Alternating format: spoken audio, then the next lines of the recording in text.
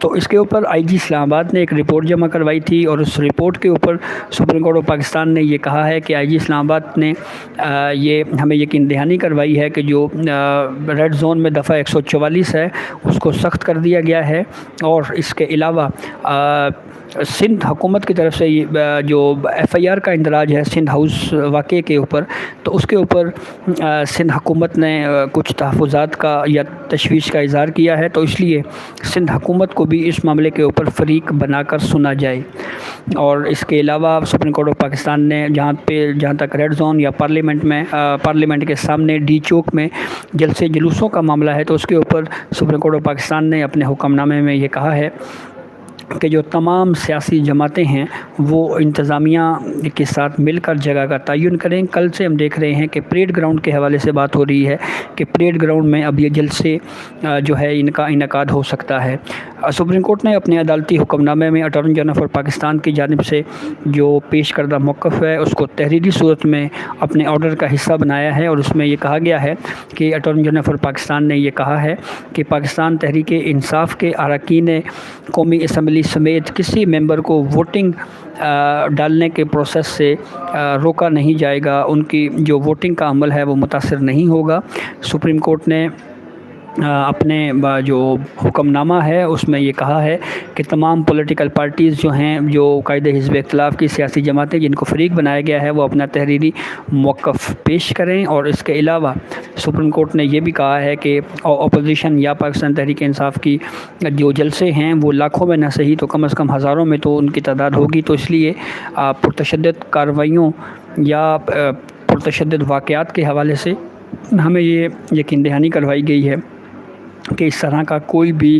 واقعہ رونما نہیں ہوگا۔ تو اب 24 تاریخ کو اس اہم کیس کی سماعت ہونے جا رہی ہے۔ چیف جسٹس عمر عطا بندیال کی سربراہی میں 5 رکنی لارجر بینچ اس کیس کو سنے گا۔ تو دیکھنا یہ ہے کہ جو بینچ کمپوزیشن ہے اس کے اوپر کیا تمام فریقین اعتماد کرتے ہیں یا نہیں، کیونکہ جو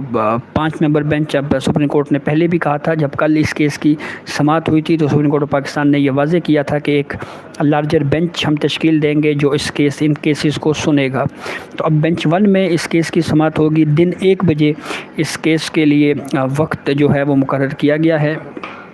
تو جن جج صاحبان کے حوالے سے میں نے آپ کو بتایا کہ یہ 5 رکنی لارجر بینچ میں شامل ہیں، ان کے ریگولر بینچز بھی ہیں، یعنی جیسے سجاد الاحسن صاحب ہو گئے اور باقی جو جج صاحبان جو اس 5 رکنی لارجر بینچ میں شامل ہیں، تو شاید اسی لیے دن 1 بجے کا وقت رکھا گیا ہے اس اہم کیس کی سماعت کے لیے، اور دن 1 بجے اس کیس کی سماعت ہوگی سپریم کورٹ آف پاکستان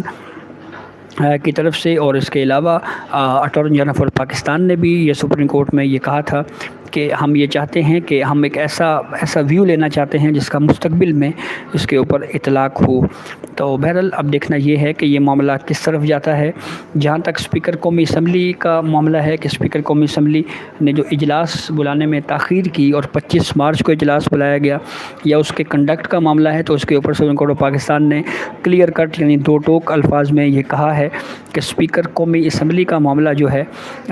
یہ ہم اس معاملے میں مداخلت نہیں کریں گے، اس کے لیے آپ پارلیمنٹ سے ہی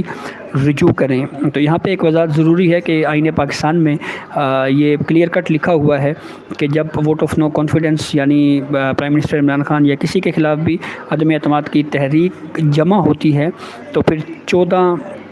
دنوں کے اندر اسپیکر قومی اسمبلی اس بات کے آئینی طور کے اوپر پابند ہیں کہ وہ اجلاس بلائیں۔ تو اسی حوالے سے قائد حزب اختلاف کی سیاسی جماعتوں نے سپریم کورٹ کے سامنے بھی اپنے اعتراضات رکھے، اور ان اعتراضات میں ان کا یہ کہنا تھا کہ اسپیکر یہ آئینی ذمہ داری پوری کرنے میں ناکام رہے ہیں، اس لیے ان کے اوپر آرٹیکل 6 کا اطلاق ہونا چاہیے، یعنی سنگین غداری کا مقدمہ اسپیکر قومی اسمبلی کے خلاف چلایا جانا چاہیے۔ تو اس کے اوپر جب یہ بات سپریم کورٹ آف پاکستان کے سامنے رکھی گئی کہ اسپیکر قومی اسمبلی پہ غداری کا مقدمہ چلایا جائے، تو اس کے اوپر اٹارنی جنرل فار پاکستان رستم پر آئے، اور انہوں نے آ کر پیس پارٹی کے وکیل فاروق ایچ نائک سے مکالمہ کرتے ہوئے کہا کہ پہلے جن کے اوپر آرٹیکل 6 کا مقدمہ لگ چکا ہے اس کے اوپر تو عمل درآمد کروا لیں۔ ان کا اشارہ پرویز مشرف غداری کیس کی طرف تھا۔ پرویز مشرف کو آئین شکنی کے کا مجرم قرار دے کر ان کو خصوصی عدالت نے پھانسی کی سزا سنائی تھی۔ اختلافی نوٹ میں مرحوم جج جسٹس وقار سیٹھ نے یہ کہا تھا کہ اگر پرویز مشرف اپنی طبعی موت مر جائیں تو ان کو ڈی چوک ان کی لاش کو 3 دن تک لٹکائے رکھا جائے۔ پھر اس کے بعد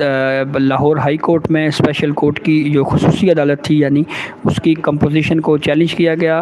اور خصوصی عدالت کی کمپوزیشن کو، اس کے قیام کو ہائی کورٹ نے غیر آئینی قرار دے دیا گیا تھا، اور اس کے خلاف appeal supreme court of Pakistan میں کافی عرصے سے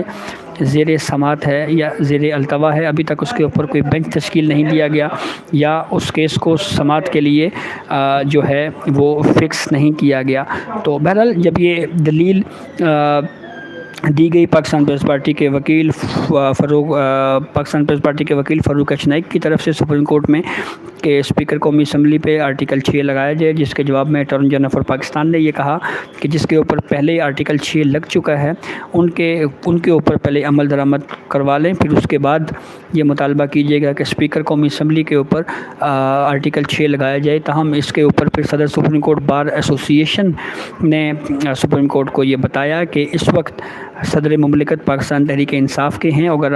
کوئی اور اس کے اوپر عمل درآمد نہیں کروا سکا تو پاکستان تحریک انصاف کے حکومت میں جو صدر مملکت ہیں عارف حسین علوی، وہ آرٹیکل 6 کے اوپر عمل درآمد کروا دیں۔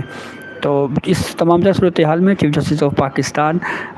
مسکراتے رہے، اور پھر اس کے بعد جو ہے وہ چند لمحات کے لیے خاموشی بھی رہی، پھر اس کے بعد عدالتی کارروائی ہوئی، اور اب اس کا تحریری حکم نامہ جاری کر دیا ہے۔ تو یہ بہرحال اب تک کی اپڈیٹ تھی جس سے ہم نے آپ کو آگاہ کیا۔ بہت شکریہ۔